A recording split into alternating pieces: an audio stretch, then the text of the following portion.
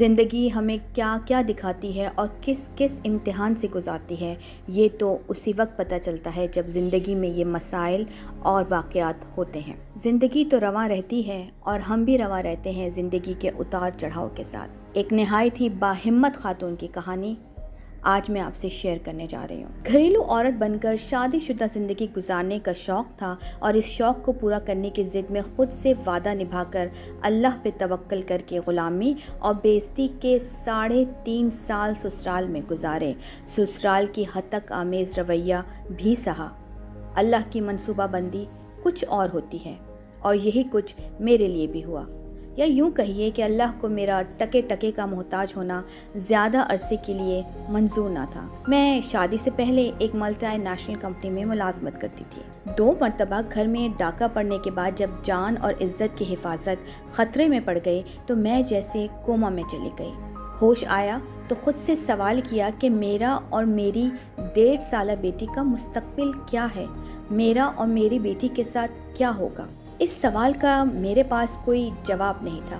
اتنے بڑے حادثے کے بعد مجھے اس گھر اور اس علاقے سے خطرہ محسوس ہوا۔ شوہر سے الگ گھر لینے پر مطالبہ کیا لیکن ان کے بے فکر رویے میں کوئی فرق نہ آیا تو مجھے اپنی بیٹی اور اپنی حفاظت کے لیے خود کھڑا ہونا پڑا۔ پہلا کام تو یہ کیا کہ اپنا نیا بایو ڈیٹا بنایا اور دوسرا کام اخبار سے اشتہار نکال کر زیادہ تنخواہ دینے والی 6 بڑی کمپنیوں میں درخواستیں دے دیں۔ 3.5 سال کا وقفہ آ چکا تھا۔ میرا مذاق بنایا جاتا تھا کہ مجھے اتنی بڑی تنخواہ پر کون رکھے گا۔ میں کان نہیں دھرتی تھی۔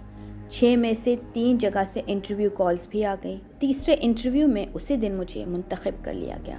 میں 1 مہینے کے بعد ایک بڑی آرگنائزیشن کے آفس میں بیٹھی تھی۔ 1.5 مہینے بعد شوہر اور بیٹی سمیت شہر کے بڑے علاقے کے اپارٹمنٹ میں یہاں سے ایک نئی زندگی کا آغاز ہوا۔ مجھے اس اعزاز کے ساتھ رکھا گیا تھا کہ 12 MBA پاس لڑکیوں کو مسترد کر کے بزنس ڈائریکٹر نے مجھے میری تعلیم اور تجربے سے بے حد متاثر ہو کر منتخب کیا۔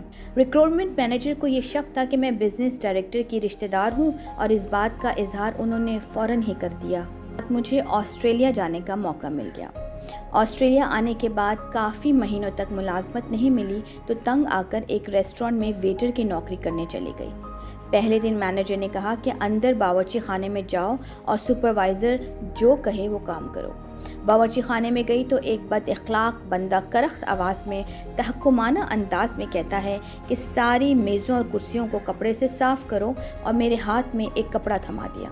میرا دماغ سائیں سائیں کر رہا تھا، مجھے جیسے کچھ سنائی نہ دے رہا ہو اور میرے قدم جیسے جم گئے تھے۔ دماغ میں ایک سوال گونج رہا تھا، کیا میں یہ کام کروں گی؟ کیا میں یہاں کام کرنے آئی ہوں؟ دل و دماغ دونوں نے گواہی دی نہیں، اور میری آنکھوں سے آنسو گرنے لگے۔ میں نے ہمیشہ اپنے آپ کو باہمت سمجھا اور سمجھتی ہوں۔ شیر شیر ہوتا ہے اور الحمدللہ میں شیرنی ہوں۔ میں نے دل ہی دل میں اپنے گناہوں کی معافی مانگی کہ میں کسی کام کو چھوٹا کہہ کر اس کام کی یا یہ کام کرنے والے کی بے عزتی کرنا نہیں چاہتی، لیکن تو نے مجھے جس طرح کا بنایا ہے میں یہ کام نہیں کر سکتی۔ میں زار و قطع روتے ہوئے مینیجر کو یہ کہہ کر واپس باہر آ گئی کہ میں یہ نوکری نہیں کر سکتی۔ گھر آ کر میں نے 2 نفل شکرانے کے پڑھے اور 2 نفل حاجت کے اور اللہ سے رو رو کر اپنے گناہوں کی معافی مانگی۔ کچھ ہی دنوں میں فون آتا ہے کہ آپ کا بایو ڈیٹا ہمیں صفائی کرنے کی نوکری کے لیے موصول ہوا، لیکن میں نہیں چاہتا کہ آپ صفائی کی نوکری کریں۔